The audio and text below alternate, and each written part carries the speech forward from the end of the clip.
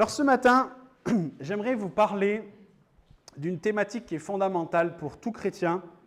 Et le titre de mon message s'appelle « Du poison au pardon ».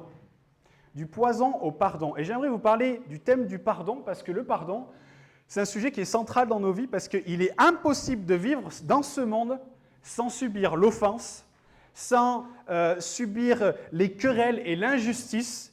Et la manière avec laquelle nous réagissons face à cela sera des véritables conséquences sur notre être entier. Et le thème du pardon, il est également central parce que sans celui que Jésus nous a accordé à la croix, eh bien, on serait complètement mis à l'écart de la présence de Dieu dans cette vie, maintenant, mais aussi dans celle à venir. Et ce matin, on va regarder à une parabole de Jésus qui est, à mon sens, peut-être l'une des paraboles les plus dures que Jésus ait données, et c'est la parabole du serviteur impitoyable. Et cette parabole, elle se situe dans Matthieu 18, 21, et elle nous explique comment le non-pardon entraîne des conséquences qui sont extrêmement sérieuses dans nos vies, et des conséquences qui nous touchent, et c'est ce qu'on va voir ce matin, sur le plan physique, sur le plan psychique, psychologique, et sur le plan spirituel. Alors on va lire ce texte ensemble, et vraiment que le Saint-Esprit nous parle et nous révèle ce qu'il veut nous dire ce matin. Voici ce que Jésus a dit, enfin ce qui s'est passé et ce que Jésus a dit. Alors Pierre s'approcha de Jésus et lui dit « Seigneur, combien de fois pardonnerai-je à mon frère lorsqu'il péchera contre moi ? Est-ce que c'est jusqu'à 7 fois ?» Et Jésus lui dit « Je ne te dis pas jusqu'à 7 fois, mais jusqu'à 70 fois 7 fois. C'est pourquoi le royaume des cieux ressemble à un roi qui voulut régler ses comptes avec ses serviteurs. Et quand il se mit à l'œuvre, on lui amena un qui devait 10 000 talents. Comme il n'avait pas de quoi payer, son maître ordonna de le vendre, lui, sa femme, ses enfants, et tout ce qu'il avait, afin d'être remboursé de cette dette. Le serviteur se jeta par terre et se prosterna devant lui en disant « Seigneur, Seigneur, prends patience envers moi et je te paierai tout. » Rempli de compassion, le maître de ce serviteur le laissa partir et lui remit la dette. Il a fait table rase de la dette. Une fois sorti, ce serviteur rencontra un de ses compagnons qui lui devait 100 pièces d'argent. Il l'attrapa à la gorge et il se mit à l'étrangler en disant « Paie ce que tu me dois. » Son compagnon tomba à ses pieds en le suppliant en disant « prends patience envers moi et je te paierai. » Mais l'autre ne voulut pas et alla le faire jeter en prison jusqu'à ce qu'il ait payé ce qu'il devait. À la vue de ce qui est arrivé, ses compagnons furent profondément attristés et ils allèrent raconter à leur maître tout ce qu'il s'était passé. Alors le maître fit appeler ce serviteur et lui dit « Méchant serviteur, je t'avais remis en entier ta dette parce que tu m'avais supplié. Ne devais-tu pas, toi aussi, avoir pitié de ton compagnon comme j'ai eu pitié de toi ?» Et son maître irrité le livra au bourreau jusqu'à ce qu'il ait payé tout ce qu'il devait. Et c'est ainsi, c'est une parole de Jésus, c'est ainsi que mon Père Céleste vous traitera si chacun de vous ne pardonne pas à son frère de tout son cœur. On voit dans cette histoire que le serviteur, il devait 10 000 talents. Et 10 000 talents, ça représentait une somme immense qu'il n'avait pas les moyens de rembourser. Et vous savez, quand on lit ces textes, on voit ces mesures, ce n'est pas aussi frappant que si on lisait des mesures un peu d'aujourd'hui. Et c'est important de réaliser, les montants qui sont donnés dans cette histoire, parce que si on ne réalise pas les montants, on ne réalise pas la portée de ce que Jésus est en train de nous dire. En faisant une estimation, le talent du Nouveau Testament, ça équivaut à 6 000 deniers.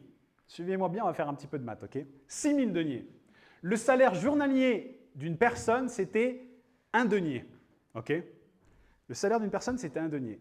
Si aujourd'hui, on prend le SMIC comme base d'un ouvrier, de quelqu'un qui travaille, le SMIC aujourd'hui, c'est 44,50 € par jour. Ce qui veut dire que si on multiplie 44,50 € par 6 000, on aura du coup la valeur d'un talent. Et si on fait 4,50 € fois 6 000, ça nous donne 267 000 €. Maintenant, ce gars, il ne devait pas 1 talent, il en devait 10 000. Et si on fait 10 000 fois 260 000, ça fait 2 670 millions d'euros. Donc quand il nous est dit qu'il devait une somme considérable, Il devait une somme considérable. Encore une fois, pour imaginer un peu plus la chose, si vous gagnez le SMIC et que vous devez rembourser une telle dette, il vous faudrait 166 708 ans pour rembourser cette dette. Ok ? Ça fait un paquet d'argent. Et lorsque le roi, il ordonne que cet homme soit vendu, lui, sa femme, ses enfants et tout ce qu'il avait, et que la dette soit remboursée, le serviteur, il va dire quoi ? Et patience. Tu parles d'une patience.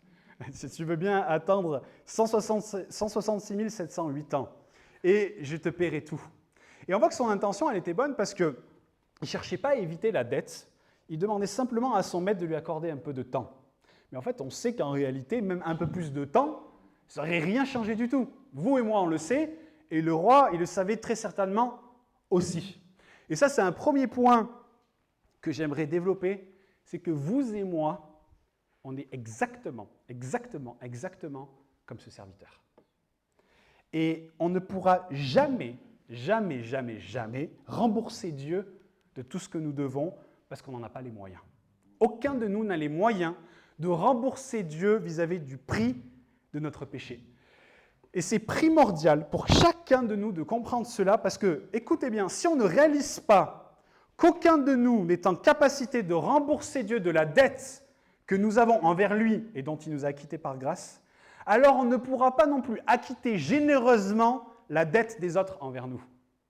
Si on ne réalise pas la dette qu'on a envers Dieu et dont il nous a fait grâce, jamais vous réaliserez la grâce que vous avez à répandre autour de vous vis-à-vis des gens qui ont une dette envers vous. Et lorsqu'on oublie l'immensité de la grâce de Dieu que nous avons reçue, ça produit une conséquence, c'est qu'on devient impitoyable envers les autres. Lorsqu'on oublie la dette que Dieu a acquittée, on devient impitoyable avec les autres. Et même si parfois, ça peut nous paraître justifié. Mais la vérité, c'est que si nous voyons la grandeur de notre dette envers Dieu, alors nous verrons la petitesse de la dette des autres envers nous. Et on l'a vu, si on fait une valorisation compréhensible aujourd'hui, cet homme, il devait 2 670 millions d'euros. Mais ce qui est magnifique dans ce récit, c'est que le roi, il ne répond pas « paie avec ce que tu as aujourd'hui, puis tu paieras le reste plus tard ». Mais on voit qu'il a complètement effacé l'ardoise du montant astronomique que cela représente. Et nos péchés, vos péchés, mes péchés, représentent réellement un montant qu'on ne peut pas mesurer. Et vous savez pourquoi on ne peut pas mesurer ça ? Parce qu'aucun d'entre nous n'est saint et ne peut entrevoir qu'un seul instant la grandeur de la souillure de nos péchés. Vous savez, parfois, un peu du piédestal de notre sagesse et de notre manière de voir les choses, on jauge le péché. On met différentes valeurs au péché. On dit « ah, tel péché, c'est plus grave que tel autre péché ». Mais en fait, aux yeux de Dieu, un seul péché suffit. Vous pouvez être un pédophile et aller en enfer, mais la vérité, c'est que vous pouvez mentir et aller en enfer pareil. Ce n'est pas la grandeur du péché qui fait que vous êtes plus ou moins acceptable en enfer. Non, tous sont péchés et sont privés de la gloire de Dieu. Donc en fait, c'est un fait. Et nous, des fois, en fait, on mesure ça. Mais un seul péché suffit pour supprimer totalement la sainteté de nos vies qui nous permet de rentrer dans la présence de notre Dieu.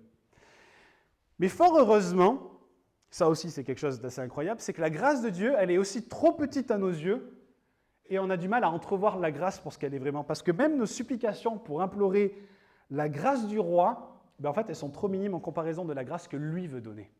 Vous savez qu'on a un Dieu, ça c'est la Bible qui nous dit qu'il fait au-delà de ce qu'on peut penser, ce qu'on peut imaginer. Est-ce que vous croyez ça ? Vous savez, si on ne croit pas ça et compris, notre prière, elle ne va pas avoir le même poids. On a un Dieu qui fait au-delà de ce qu'on peut penser, imaginer. Ça veut dire que quand vous demandez à Dieu de vous faire grâce, on n'a même pas idée de la grâce de Dieu. La grâce de Dieu, elle est surabondante, elle est sans faille, elle est infinie, elle est sans réserve. Ça, c'est la grâce de Dieu, elle est sans mesure. Même si notre compréhension de cette grâce, elle est très limitée. Et Dieu désire répandre sa grâce sur tous les hommes. La seule chose qu'il craint, c'est quand les hommes refusent cette grâce. Et on vit dans un monde, dans une humanité où il y a une grande majorité de gens qui chaque jour refusent la grâce de Dieu.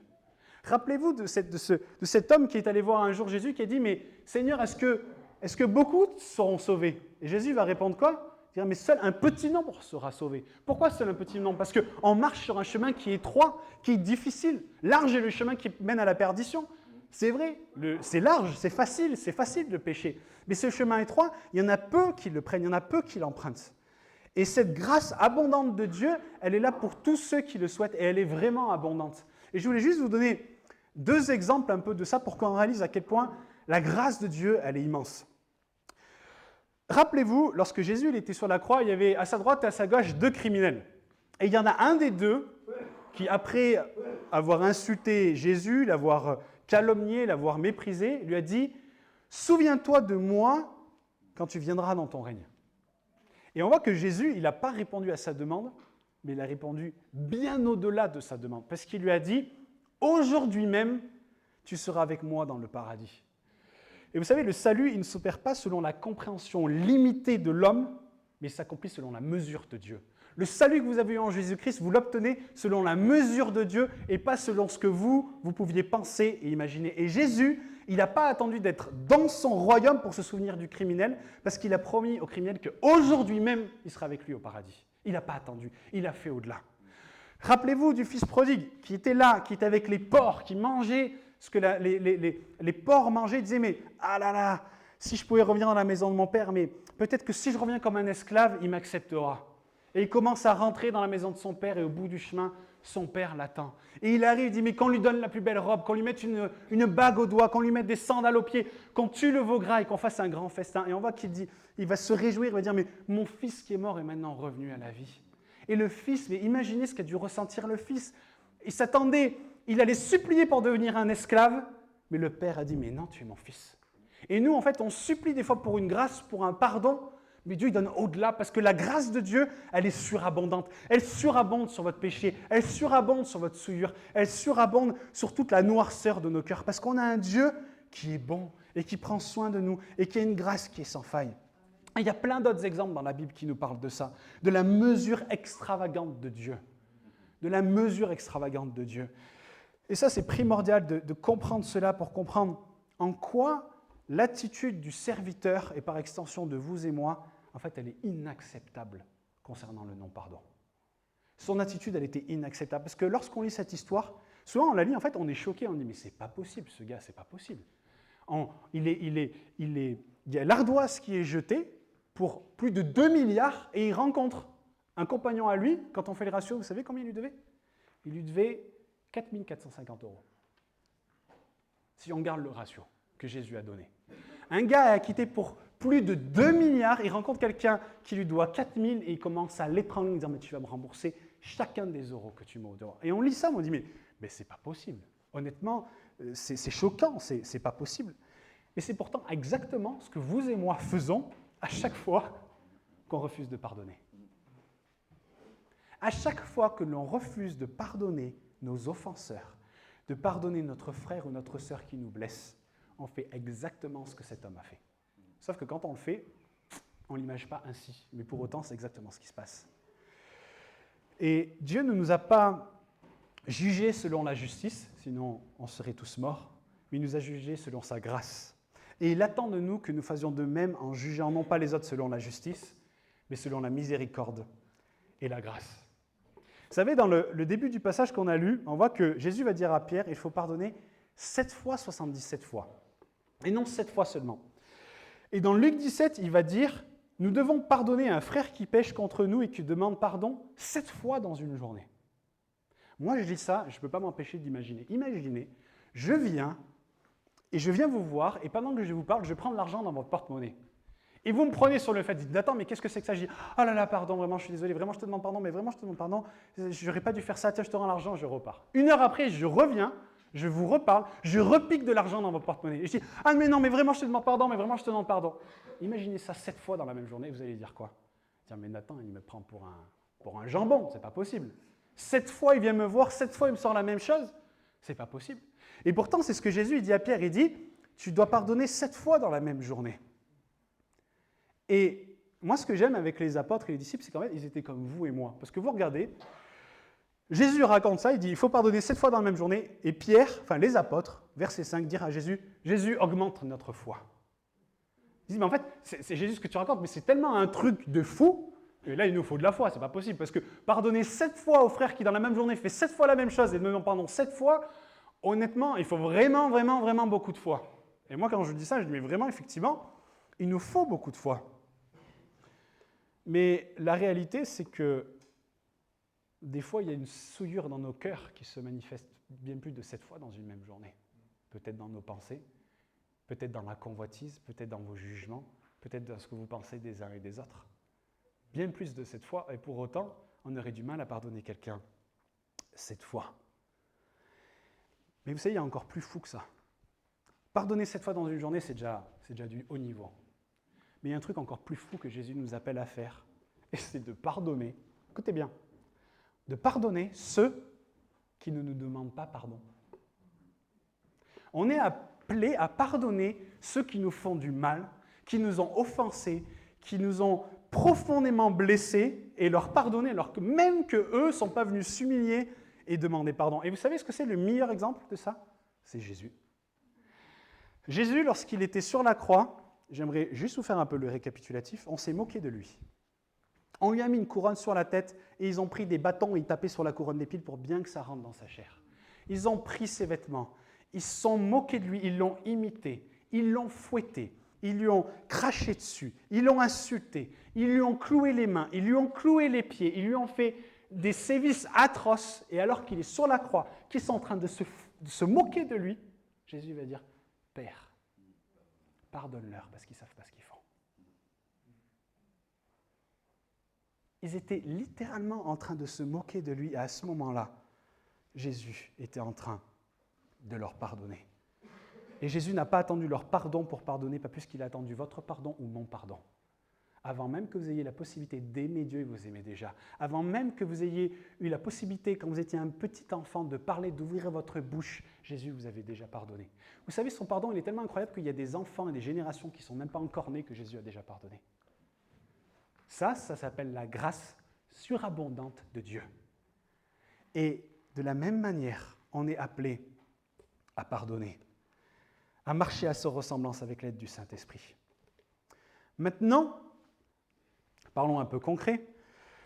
Il y a bien des situations injustes qui font partie de nos vies et qui pourraient prétendre à une punition sévère. Qui n'a pas vécu d'injustice? Qui n'a pas vécu des profonds traumas? Certains d'entre vous, peut-être vous avez vécu des abus, peut-être même des abus sexuels dans votre enfance, peut-être même à l'âge adulte. Peut-être que vous avez été agressé physiquement, peut-être qu'on vous a menti, qu'on vous a volé, peut-être qu'on vous a trahi, peut-être que vous avez subi même de l'infidélité de la part d'un conjoint ou de votre épouse, vous avez subi de la méchanceté, vous avez subi l'humiliation, peut-être qu'on s'est moqué de vous, peut-être que vous aviez un modèle, quelqu'un que vous admirez qui vous a profondément trahi. Peut-être que vous avez eu des blessures qui sont là, peut-être depuis 20 ans, 30 ans, peut-être 40 ans. On a tous vécu des choses comme ça. Et pourtant, aussi horrible que ces choses que je viens de vous dire puissent être, aucune de ces injustices n'est plus grande en termes de dette que celle dont Dieu nous a libérés. Et de ce fait, nous devons faire preuve de la même grâce de peur de faire face à des conséquences très sérieuses. Rien de ce que nous avons subi, rien des dettes que des gens nous doivent sont aussi grandes que la dette que nous avions envers Dieu. Et Jésus nous dit, et là on va maintenant rentrer dans le vif du sujet, que lorsqu'on ne pardonne pas, lorsqu'on ne libère pas le pardon sur ces personnes, il y a des conséquences qui sont sérieuses. Et on voit dans ce passage que le serviteur injuste, qu'est-ce qui s'est passé pour lui? Il a été ensuite jeté au bourreau. Il a été donné au bourreau. Vous savez ce que c'est un bourreau? Un bourreau, c'est un tortionnaire. C'est quelqu'un qui est là pour vous faire du mal. C'est des professionnels qui savent comment faire mal aux gens. Et on voit que cet homme qui n'a pas pardonné, il a été donné à un homme, un professionnel qui était là pour lui faire du mal. Et qu'est-ce que ça signifie? Qu'est-ce que c'est ces bourreaux? Parce que vous savez que ces bourreaux, ils sont bien réels. Ces bourreaux, ils sont réels et ils rendent la vie misérable d'un grand nombre de personnes dans ce monde tous les jours, et y compris dans l'Église de Christ. Et je suis assez convaincu, y compris de plusieurs d'entre nous ce matin. Parce que les conséquences du refus de pardonner sont réelles. Il y a des privations, il y a des choses qui se passent. Et selon ma compréhension de la parole, pour moi, ces bourreaux qui tourmentent ceux qui ne pardonnent pas, ils exercent leur action déjà premièrement dans notre vie aujourd'hui. Ce n'est pas des choses qui sont là pour l'éternité, c'est des choses qui se passent maintenant. Ces bourreaux, ils se manifestent sous différentes formes. Je vous en cite quelques-unes. L'amertume, la haine, la rancune, le désir de vengeance, la pitié de soi, l'esprit de jugement, la douleur de l'âme, la douleur physique, la dépression, et je suis très convaincu aussi, la maladie. Et toutes ces choses sont la manière dont on est livré au bourreau lorsque on ne pardonne pas. C'est-à-dire qu'on devient prisonnier de ces pensées et de ces sentiments que nous ne voulons pas abandonner. Et en fait, il commence à nous tourmenter, et il commence en fait à nous détruire. Et au départ, vous savez, et je suis sûr qu'on a déjà tous expérimenté ça, mais ce sont comme en fait des murs qu'on dresse devant ceux qui nous blessent pour nous assurer une certaine protection. Mais en fait, ces murs, petit à petit, qu'on construit, ils deviennent finalement une prison. Et en fait, ils deviennent nos propres tourments. Et en particulier lorsqu'on est petit et que nos émotions sont si fortes que certaines blessures, elles nous marquent beaucoup plus profondément, surtout lorsque la souffrance ou l'agression, elle est occasionnée aussi par quelqu'un qu'on connaît, quelqu'un qui est une autorité, quelqu'un qui est un proche. Et en fait, on se construit des murs pour se protéger, mais en fait, ces murs, ils sont tellement hauts, tellement épais, qu'en fait, on se retrouve prisonnier nous-mêmes. Vous êtes toujours avec moi là ou pas? Yes? On voit dans Hébreux 12, au verset 15, qui nous est dit ceci. « Veillez à ce que nul ne se prive de la grâce de Dieu, et ce qu'aucune racine d'amertume ne pousse et ne fasse des rejetons et ne produise du trouble, et écoutez bien, et que plusieurs n'en soient affectés. » On voit dans ce verset que le refus de pardonner infeste ceux qui nous entourent. Lorsqu'on refuse de pardonner, ça ne nous touche pas seulement nous. Parce que si l'amertume et la colère contrôlent nos vies, en fait, on va développer un style de vie et de relations contrôlés par cette colère. Et en fait, tout se fait au spectre et au travers de ça. Et souvent, de façon inconsciente, une personne qui n'a pas pardonné, une personne qui n'a pas coupé avec son passé, en fait, elle va reproduire les mêmes choses dans son couple, et dans sa famille, et avec ses enfants, et avec ses amis, et avec ses relations au travail, et dans tous les cercles relationnels qu'il peut avoir. Et on voit également au verset d'avant, juste avant, au verset 14, il nous est dit « Recherchez la paix avec tous et la sanctification, sans laquelle personne ne verra le Seigneur. » L'une des conséquences terribles du refus de pardonner, c'est que ça nous prive de la vie abondante de Dieu. Ça nous prive de la relation intime qu'on peut avoir avec lui. Et en fait, au lieu de promouvoir la grâce et l'amour, eh bien en fait, notre refus de pardonner, il engendre l'amertume. De même, ça aussi, c'est un truc incroyable. Dans 2 Corinthiens 2, versets 10 et 11, Paul il nous avertit que notre refus de pardonner, vous savez ce qu'il peut devenir? Il peut devenir une porte ouverte pour le diable. Il devient une porte ouverte pour le diable pour nous faire tomber. C'est-à-dire que ça lui donne accès et ça lui donne la légitimité d'agir dans nos vies, et ça, c'est quelque chose de très sérieux. C'est-à-dire que d'une certaine manière, tant qu'on ne pardonne pas, on est comme la victime du diable parce que notre non-pardon nous emprisonne. Et on est également victime, quand on ne pardonne pas, de notre offenseur. La personne qui nous a fait du mal, en lui refusant de pardonner, en fait, on continue d'être sa victime, même si on croit le contraire. Il y a une citation que j'ai vue. Honnêtement, je ne sais pas si on peut faire plus clair que cette citation. Écoutez bien. J'ai dit, choisir de ne pas pardonner, c'est comme avaler du poison en espérant la mort de l'autre. Choisir de ne pas pardonner, c'est comme avaler du poison en espérant la mort de l'autre. Et en fait, on se retrouve prisonnier de l'enfance en croyant être fort, en croyant être des bonhommes, en croyant être au contrôle de notre vie, en refusant de donner le pardon, comme pour dire non à l'injustice subie par notre offenseur, alors qu'en fait, c'est tout l'opposé. Des fois, en fait, on refuse de pardonner en disant « Ah, mais je ne lui pardonne pas comme ça, bien fait, il ne mérite pas le pardon, il ne mérite rien. » Et puis, qu'il lui arrive bien ce qui doit lui arriver. Parce que non, il ne mérite pas mon pardon. Et en fait, en faisant ça, on croit que, d'une certaine manière, on est au contrôle. Et vous savez qu'en fait, bien souvent, l'offenseur, il s'en fout complètement de vous. En fait, il y a des gens qui nous font du mal. C'est leur manière de vivre. C'est leur manière de faire. Deuxièmement, ils vous ont fait du mal, ils sont déjà passés à autre chose, ils s'en foutent complètement de vous. Et puis troisièmement, en fait, de retenir le pardon ne va rien lui changer à lui non plus. On se dit, si des fois, par conséquent, ça affligeait une punition, on pourrait se dire pourquoi pas, mais en l'occurrence, ça ne change jamais rien. Et par notre choix de ne pas pardonner, pour ne pas donner le champ libre à l'autre, en fait, on se retrouve nous-mêmes prisonniers. Mais par le pardon, lorsqu'on donne le pardon, lorsqu'on accorde le pardon, c'est nous qui avons le champ libre. C'est nous qui devenons libres et on est libérés de la souffrance et de l'amertume et Dieu va pouvoir nous restaurer, nous guérir et nous bénir. Vous savez, le non-pardon, c'est aussi quelque chose qui est suffisamment puissant pour nous bouffer de l'intérieur, pour être à l'origine de maladies, de douleurs. Vous savez que c'est aujourd'hui prouvé médicalement, ça. Moi, j'ai rencontré des gens qui avaient des problèmes de dos, des problèmes dans leurs articulations, dans leurs muscles, tellement ils étaient tendus de leur haine, de leur amertume pour leurs offenseurs. Et le jour où ils ont demandé pardon, il y a comme cette paix qui est venue, ce côté tendu, cette amertume, ce désir vengeance, cette haine a disparu, ça a réglé leurs problèmes de dos, ça a réglé leurs problèmes d'articulation, ça a réglé leurs problèmes de muscles. Parce que la haine, la vengeance nous saisit dans nos tripes. Ça nous prend. David, il dit dans le psaume 32, verset 3 et 4, « Tant que je me suis tu, mes os se consumaient. Je gémissais toute la journée, ma vigueur n'était plus que sécheresse. » Et dans ce passage, dans le cas de David, lui c'est l'inverse, c'est qu'il n'avait pas demandé pardon, mais on voit que la culpabilité, elle rongeait sa santé. Et il y a un lien étroit, mes amis, entre le pardon du péché, des péchés, et la guérison. Et j'ai fait juste une petite parenthèse, mais lorsqu'on refuse de pardonner, ça a une influence sur notre corps, mais de la même manière, lorsqu'on pardonne, ça influence aussi au niveau de la guérison. Dans Ésaïe 53, verset 5, il nous est dit, en parlant de Jésus, il a été blessé pour nos péchés, brisé pour nos iniquités, le châtiment qui donne la paix est tombé sur lui, et c'est par ses meurtrissures que nous sommes guéris. Et on voit que par les meurtrissures de Jésus, eh bien, on a la guérison. Pareil, je repense à ça. Rappelez-vous du paralytique. Jésus lui a dit « Tes péchés sont pardonnés » et à ce moment-là, il a été guéri. Il y avait une corrélation entre le pardon des péchés et la guérison.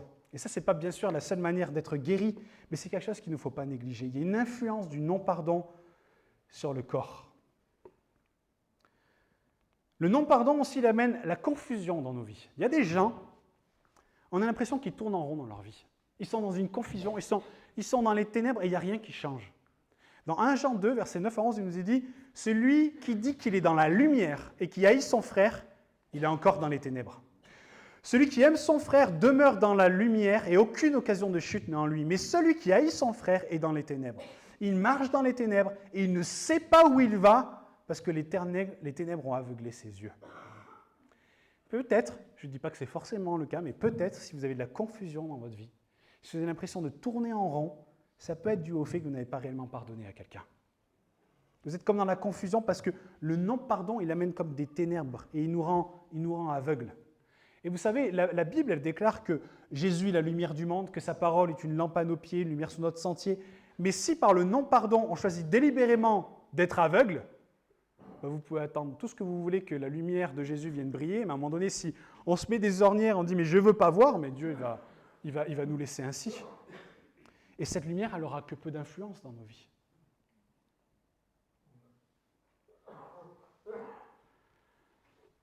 Et j'aimerais terminer sur un dernier point avant de passer à ce que j'aimerais qu'on fasse ensuite. Mais on voit que le non-pardon est également un obstacle à l'exaucement. Il nous est dit, dans une prière très très connue dans Matthieu 6, « Pardonne-nous nos offenses,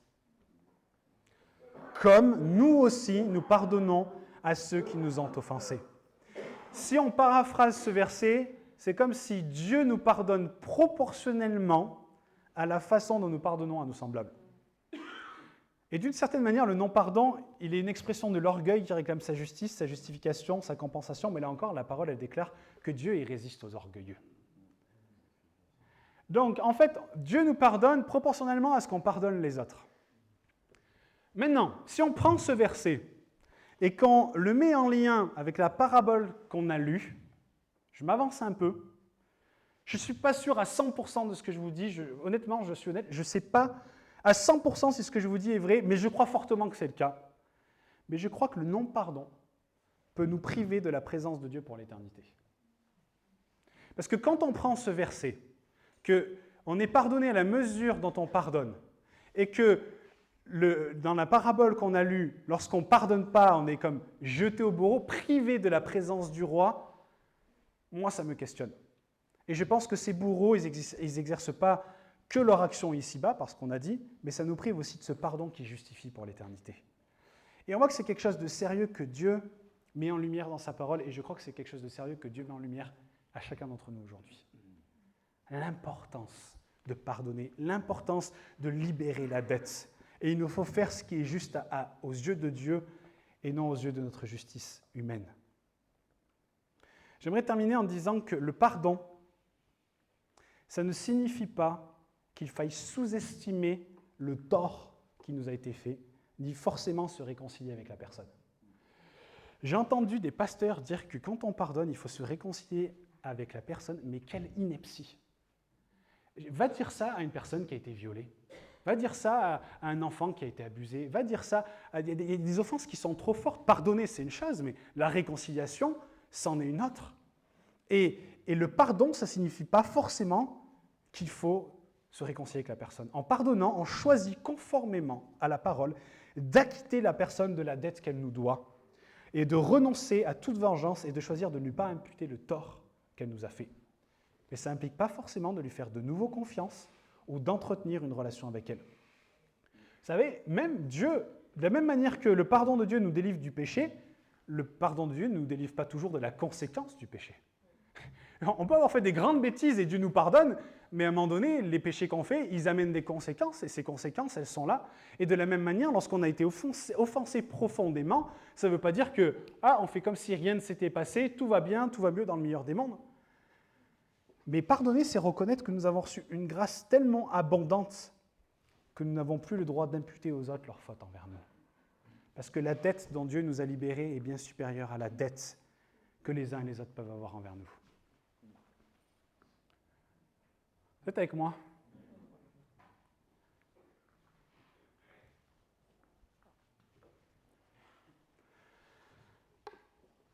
Vous savez, on dit parfois que le temps guérit. Le temps, il ne guérit rien du tout. Le temps, il estompe, le temps, il cache, mais le temps, il ne guérit pas. Il n'y a que Jésus qui guérit. Il n'y a que Jésus qui peut guérir. Et je sais qu'il y en a peut-être depuis une petite dizaine de minutes, il y a le Saint-Esprit qui commence à vous parler par rapport à ça. Et je crois qu'à chacun d'entre nous, ce matin, le Saint-Esprit nous dit, est-ce que tu veux bien accepter de pardonner? Seigneur, il veut nous dire, est-ce que tu vas accepter que je te guérisse? Est-ce que tu veux bien accepter que je guérisse ton cœur de ces offenses, de ces choses qui te tiennent captif, de ces choses qui t'empêchent d'avancer? Avec l'aide du Seigneur, on peut abandonner ces choses. Avec l'aide du Seigneur, on peut abandonner l'amertume, on peut abandonner la haine, on peut abandonner la rancune, on peut abandonner le désir de vengeance, on peut abandonner ce sentiment d'injustice qui est là et qui nous bouffe. J'aimerais maintenant vous inviter à fermer vos yeux. Et je vais prier, et on va vraiment demander au Saint-Esprit de mettre ça en lumière dans nos vies. Et de lui demander de nous révéler ces situations qui sont là et qui nous pèsent. Et des fois, vous savez, on vit les conséquences du non-pardon depuis tellement longtemps qu'on en oublie d'où ça part. Et vraiment de demander au Saint-Esprit de mettre ça en lumière, et on va faire cette démarche ensemble ce matin. Devant Dieu, on va dire maintenant, je veux me libérer de tout ça. OK? Allez-y, fermez vos yeux, regardez pas ce qui se passe à droite, à gauche. C'est entre vous et Dieu, c'est lui et vous. Saint-Esprit, je te prie vraiment maintenant que tu viennes visiter nos cœurs à chacun. Tu nous connais parfaitement. Tu as dit que lorsqu'on était dans le ventre de notre maman, qu'on était tissé dans le ventre de notre maman, tu nous connaissais déjà. Tu connais les méandres de nos êtres. Tu connais les injustices qu'on a subies. Tu connais les traumas. Tu connais les personnes qui nous ont fait du mal. Tu vois les coupures ouvertes dans nos cœurs. Vraiment que maintenant, là, dans cet instant maintenant précis, Saint-Esprit, tu remontes les choses à la surface. Tu fasses remonter les choses à la surface. Et que maintenant tu aides chacun devant toi, Seigneur, à pardonner. À nous libérer du poids, du fardeau, à nous libérer de ces injustices, de ces mensonges, de ces abus, de ces trahisons que les uns et les autres ont pu subir. Peut-être que c'était votre père, peut-être que c'était votre mère, un membre de votre famille, un confident, un conjoint, un mentor, peut-être une personne d'autorité, peut-être un collègue, un enseignant, peut-être des amis de votre enfance, des gens que vous avez côtoyés il y a fort longtemps. C'est peut-être quelque chose qui est très récent, ou c'est peut-être quelque chose qui est très vieux, mais que maintenant, vous puissiez coopérer avec le Saint-Esprit. Que vous puissiez dire tout simplement, Seigneur, maintenant devant toi, je libère le pardon à telle personne pour ce qu'il m'a fait subir. Je libère le pardon et je proclame maintenant que je suis libéré de ces bourreaux dans le nom de Jésus. Parce que c'est ta parole qui le dit.